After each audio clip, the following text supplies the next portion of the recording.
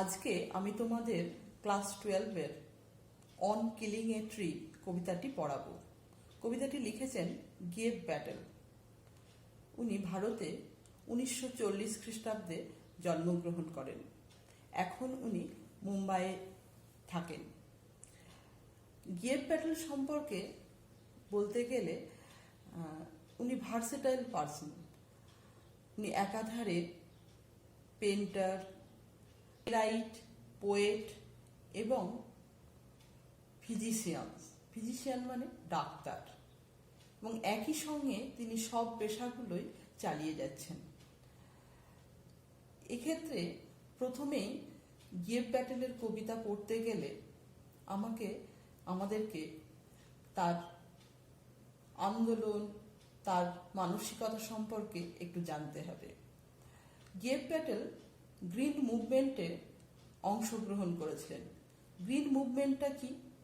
Green movement হচ্ছে যে একটা প্রচেষ্টা, যে প্রচেষ্টায় প্রকৃতিকে বাঁচানোর প্রচেষ্টা মানুষের হিংস্রতা থেকে। ফলে তিনি প্রকৃতি প্রেমী। আমরা যদি তার বিভিন্ন কাজ, যেমন mirroring, how do you withstand body, তার কাজ, এই কাজগুলোকে ভালোভাবে দেখতে চাই, বিবেচনা করতে চাই, বুঝতে চাই, তাহলে তার লেখার ধরনটাকে আমাদেরকে বুঝতে হবে। কবিতাটার টাইটেলটা দেখো, অন কিলিং এ ট্রি। কিল মানে হত্যা করা। ন্যাচারাল ডেথ নয়। ন্যাচারাল ডেথ হয়তো অসুস্থ হয়ে বা বয়সজনিত কারণে। এখানে কিল মানে বাই ফোর্স কাউকে মেরে ফেলা হচ্ছে। তাহলে অন কিলিং এ ট্রি, এখানে একটি গাছকে হত্যা করা। তাহলে the title indicates the ironical fate of a tree, because tree is a true helper of mankind, but man's selfishness and greed annihilate it. So his poems generally speaks of deep concern for nature and expose man's cruelty. তিনি কবিতাগুলিকে ironically present করেছেন। এখানে irony জিনিসটা কি? Irony কথার অর্থ হলো শ্লেষ। এই শ্লেষাত্মক ভঙ্গিতে উনি আমাদের প্রকৃতি সম্পর্কে সচেতন করেছেন, যে প্রকৃতি আমাদের বেড়ে ওঠা, আমাদের ভালোভাবে বেঁচে থাকার সঙ্গে ওতপ্রোতভাবে জড়িত।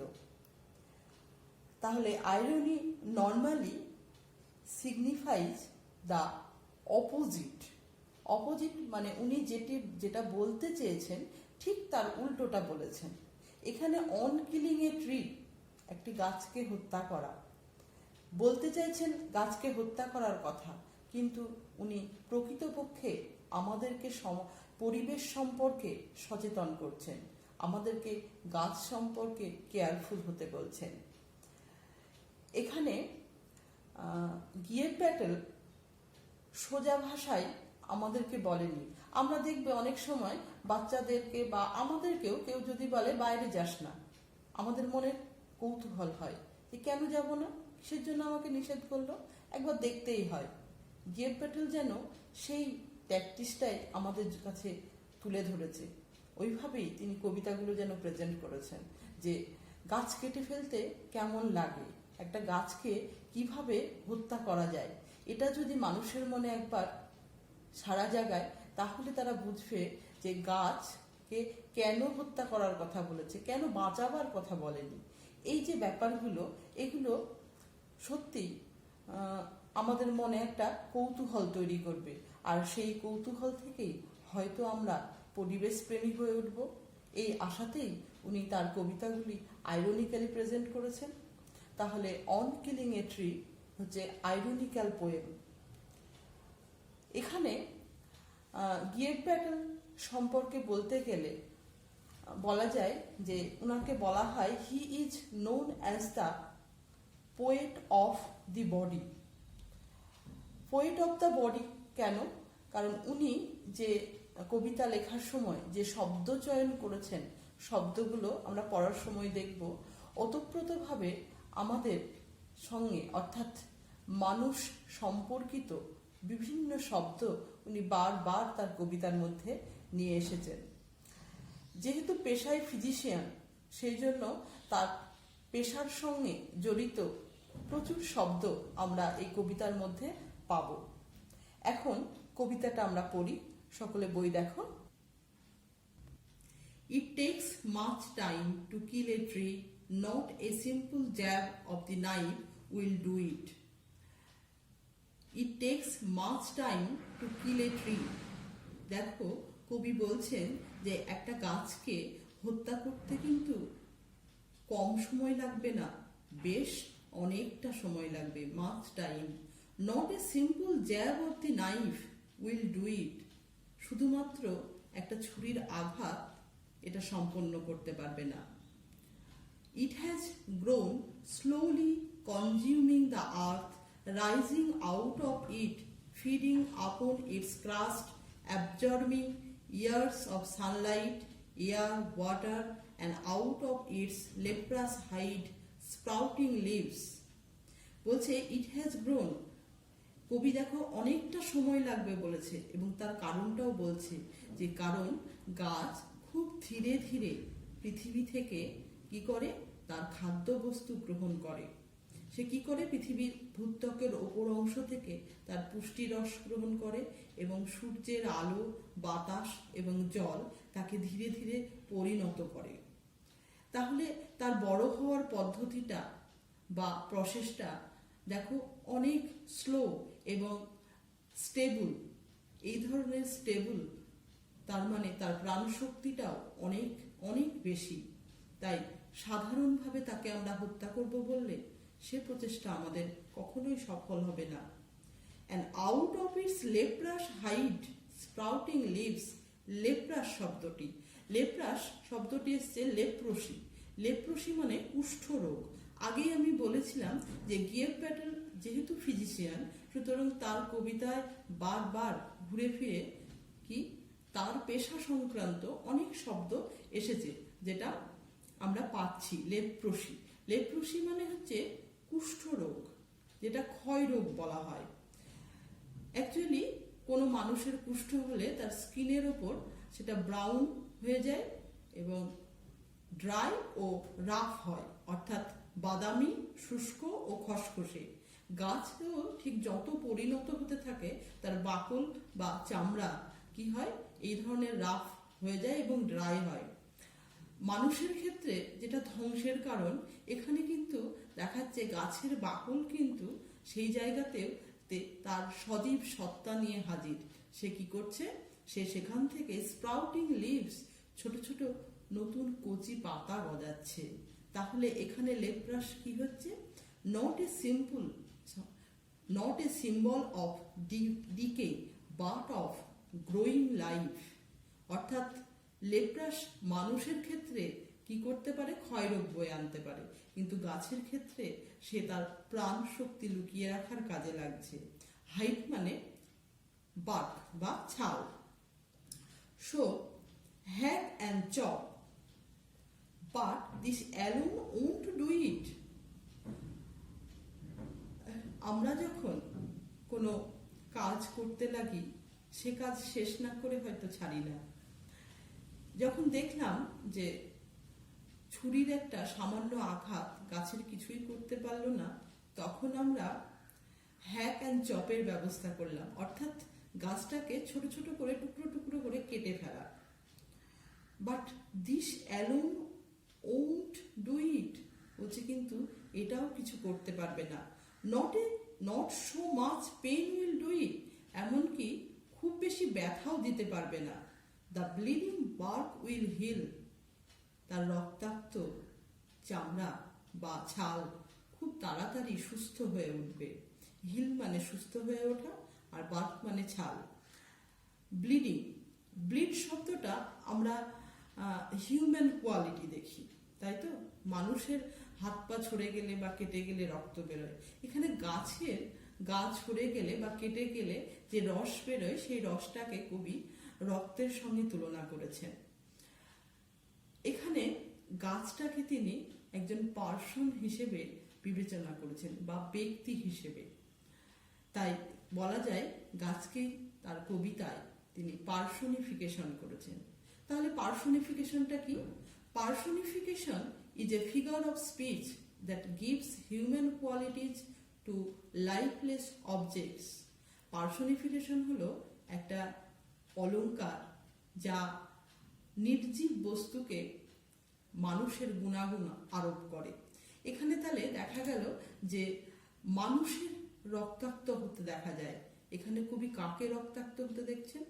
গাছকে। And from close to the ground will rise curled green twigs, miniature boughs, which, if unchecked, will expand again to former size. গোড়া ফিরিয়ে যখন গাছটাকে কেটে দেয়া হলো, ঠিক মাটির সেই গোড়ার জায়গা থেকে ছোট ছোট সবুজ রঙের কচি শাখা বেরোয়, যে শাখাগুলো যদি কোনো কারণে প্রনিং অর্থাৎ ছাঁটা না হয় তাহলে সেটা আবার আগের মতো জায়গায় বা রূপে পরিণত হবে। অর্থাৎ হ্যাক অ্যান্ড চপেও কিন্তু আমরা গাছকে কি করতে পারলাম না? হত্যা করতে পারলাম না। তাহলে আমাদের দুটো প্রচেষ্টায় ব্যর্থ হলো। The tree gives us money, so it is to be killed at any cost. আমরা মনুষ্য জাতি, আমাদের কাছে অর্থই সব। তাই গাছ যেহেতু টাকা দেয়, তাই গাছকে যে কোনোভাবেই হোক মারতে হবে। No, the root is to be pulled out of the anchoring earth. It is to be roped, tied, and pulled out, snapped out, or pulled out entirely out from the earth cave. No, এই ছোট্ট একটা শব্দের মধ্য দিয়ে কবি যেন আমাদের দুবারের চেষ্টা যেটা ব্যর্থ হয়েছে সেটা একটা বলতে চেয়েছেন, একটা মেসেজ দিতে চেয়েছেন যে এত সহজ নয় একটা গাছকে মেরে ফেলা, সুতরাং কোমর বেঁধে লাগতে হবে। হ্যাঁ, আমরা যে কোনো কাজে একাগ্রচিত্ত, গাছকে যেহেতু হত্যা করব বলেই ঠিক করেছি, সুতরাং আমাদেরকে হত্যা করতেই হবে। তাই the root is to be pulled out of the anchoring earth. গাছকে মাটি থেকে শেকড় সহ টেনে উপড়ে বের করতে হবে। এখানে দেখো অ্যাঙ্করিং, অ্যাঙ্কর শব্দটা সাধারণত জাহাজ বা নৌকোর সঙ্গে যুক্ত। জাহাজকে বা নৌকোকে যখন দাঁড় করাবার দরকার হয় তখন নোঙর ফেলা হয়। এখানে শেকড়কে তুলনা করা হয়েছে গাছের নোঙরের সঙ্গে, কারণ মাটির মধ্যে শেকড় চারিদিকে বিস্তার লাভ করে এবং গাছকে মাটির ওপর শক্তভাবে দাঁড়াতে সাহায্য করে। শিকড় একদিকে যেমন গাছের পুষ্টিরস, জল সরবরাহ করে, অন্যদিকে বাইরের বিভিন্ন প্রতিকূল পরিস্থিতিতে গাছকে সোজা হয়ে মাটির ওপর দাঁড়িয়ে থাকতেও সাহায্য করে। সেই শক্তপোক্ত শিকড় সহ গাছকে কি করতে হবে? মাটির ওপরে তুলে আনতে হবে। It is to be roped, tied and pulled out, snapped out. বলছে এটাকে দড়ি দিয়ে শক্ত করে বাঁধতে হবে, তারপর টানতে হবে, টেনে হিঁচড়ে এবং আবার টেনে সম্পূর্ণরূপে কি করতে হবে? Out from the earth cave, পৃথিবীর গুহা থেকে বের করে আনতে হবে। অর্থাৎ গাছটা যখন শিকড় সহ মাটির উপরে উঠে আসবে, যে জায়গাটায় শিকড় বিস্তার লাভ করেছিল সেই জায়গাটা দেখে একটা গুহার মতো মনে হবে। পৃথিবী যেন সেই গুহার মধ্যে তার গাছকে সে শান্তিতে ধরে রেখেছিল। আজ আমরা সেই তার গোপন আস্তানা থেকে টেনে হিঁচড়ে বের করে নিয়ে এলাম। And the strength of the tree exposed, the source white and wet, the most sensitive hidden for years inside the earth. তিনি বলছেন যে তারপরেই, ঠিক তারপরেই গাছের প্রকৃত শক্তি, অর্থাৎ সেই শেকড় যার শক্তির উৎস গাছের, সেটা আমাদের সামনে বেরিয়ে আসে। সেটা দেখতে কেন? সাদা এবং স্যাঁতসেঁতে বা ভেজা। কেন সাদা? কারণ শেকড় মাটির তলায় থাকে, সেখানে সূর্যের আলো পৌঁছয় না, ফলে সালোক সংশ্লেষ হয় না, তাই শেকড়ের রং সাদা। এবং পুষ্টিরস ও জল সরবরাহ সবসময় করে বলে সেটা সবসময় ভেজা বা স্যাঁতসেঁতে থাকে। দ্য মোস্ট সেন্সিটিভ মানে অনুভূতি প্রবণ। এর আগেই আমি বলেছি যে এখানে গাছকে কবি পার্সোনিফাই বা ব্যক্তিত্ব আরোপ করেছেন, অর্থাৎ সেন্সিটিভ অনুভূতি কাদের আছে? মানুষের আছে। এখানে কবি বলতে চাইছেন গাছেরও কিন্তু আমাদের মতো সমান অনুভূতি রয়েছে, সে তার কষ্ট বুঝতে পারে। বলছে যে সেই অনুভূতি hidden for years inside the earth, বছরের পর বছর ধরে সেই অনুভূতি প্রবণ গাছের অংশটাকে আমরা কোথায় কোনো দেখি? মাটির তলে। Then the matter of scorching and choking in sun and air, browning, hardening, twisting, withering, and then it is done. বলছে then the matter, এরপরেই তো হলো আসল বিষয়, of scorching and choking. Scorching মানে দগ্ধ করা, রৌদ্রের তাপে দগ্ধ করা, and choking শ্বাসরোধ করা। গাছকে যখন মাটি থেকে উপড়ে তুলে ফেলা হবে এবং রৌদ্রের মধ্যে বাতাসের মধ্যে ফেলে রাখা হবে, তখন স্বাভাবিকভাবেই সে রোদে পোড়া এবং বাতাস না পেয়ে দম বন্ধ হয়ে মৃত্যুর দিকে ধীরে ধীরে এগিয়ে যাবে। ইন সান অ্যান্ড এয়ার, সেই সূর্যের রোদ এবং বাতাস তাকে এই মৃত্যুপথে ধাবিত করবে।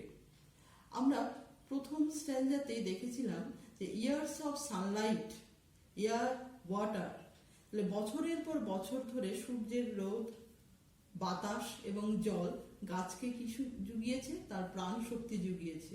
এখানে সেই বাতাস, সেই সূর্যই কিন্তু আবার তার প্রাণ নাশ করতে সাহায্য করছে। অর্থাৎ এখানে সান ডবল রোল প্লে করছে। সানকে আমরা একসঙ্গে বলতে পারি কি? Sun is both life giver and taker. Browning, hardening, রৌদ্রের তাপে এবং বাতাসে পড়ে থাকতে থাকতে গাছের রং বাদামি হয়ে যাবে, শক্ত হয়ে যাবে। টুইস্টিং, উইদারিং, মুচড়ে দুমড়ে যাবে এবং শুষ্ক নিরস কাঠে পরিণত হবে। And then it is done, তারপরেই আমাদের কিলিং প্রসেস সম্পন্ন হবে। And then it is done. This line highlights man's satisfaction in destroying nature. Ironically, it shows how man glorifies his cruelty. প্রথমেই বলেছিলাম যে গিয়েভ প্যাটেল গ্রিন মুভমেন্টের সঙ্গে যুক্ত। Green movement which is an effort to protect nature from human cruelties, and it exposes man's cruelty to it. আমরা গোটা কবিতাটা পড়ে এলাম। প্রত্যেকটা লাইনের মধ্য দিয়ে কবি গাছকে যেভাবে একটু একটু করে মৃত্যুর দিকে ঠেলে দেওয়ার বর্ণনা দিয়েছেন, সেই বর্ণনা যে কোনো মানুষকেই আকর্ষিত করবে এবং গাছ সম্পর্কে তার মধ্যে আগ্রহ নিয়ে আসবে। কৌতূহল হবে যে একটা গাছকে কেন হত্যা করতে এতটা কষ্ট হয়, কেন সহজে মারা যায় না গাছ। কারণ তখনই সে অনুধাবন করবে যে গাছ আমাদের প্রকৃত বন্ধু, বেস্ট ফ্রেন্ড। কারণ গাছ আমাদের চারিপাশের পরিবেশ, বেঁচে থাকার জন্য যে প্রয়োজনীয় পরিবেশ, সেই পরিবেশটা তৈরি করে।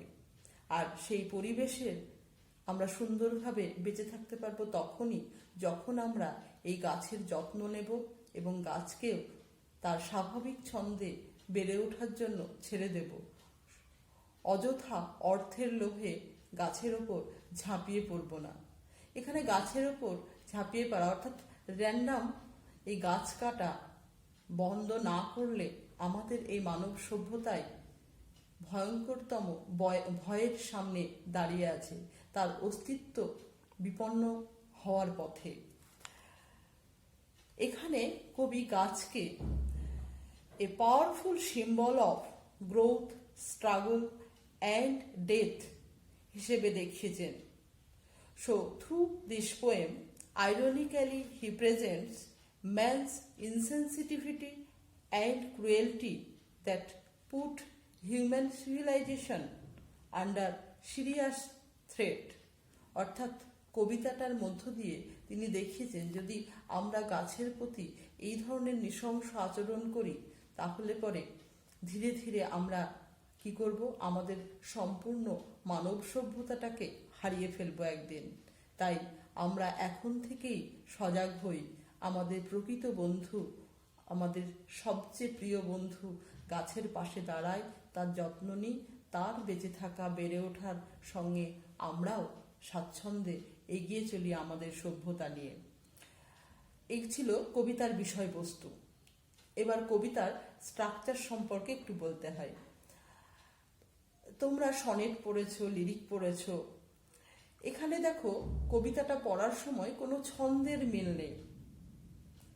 আমরা কবিতা পড়লাম ঠিক যেন কথোপকথন, কনভারসেশন স্টাইলে। এটাকে বলা হয় free verse. Free verse where poems do not have any regular rhythm, যেখানে কবিতাগুলির কোনো নির্দিষ্ট ছন্দ থাকে না। কিভাবে কবিতাগুলো বেড়ে ওঠে? It follow a general conversation speech.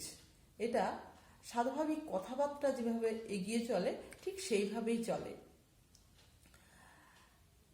গিয়েভ Patel British কবি ফিলিপ লার্কিনের স্টাইলে ফ্রি ভার্স ইউজ করেছেন এই অন কিলিং এ ট্রি লেখার সময়। তাই সাধারণ কনভারসেশন স্টাইলে তিনি এই কবিতাটা লিখেছেন। তাই কবিতাটা স্ট্রাকচার হচ্ছে ফ্রি ভার্স। এই কবিতাটা এই পর্যন্তই হলো আজকে। পরে তোমাদের সঙ্গে আবার দেখা হবে আমার।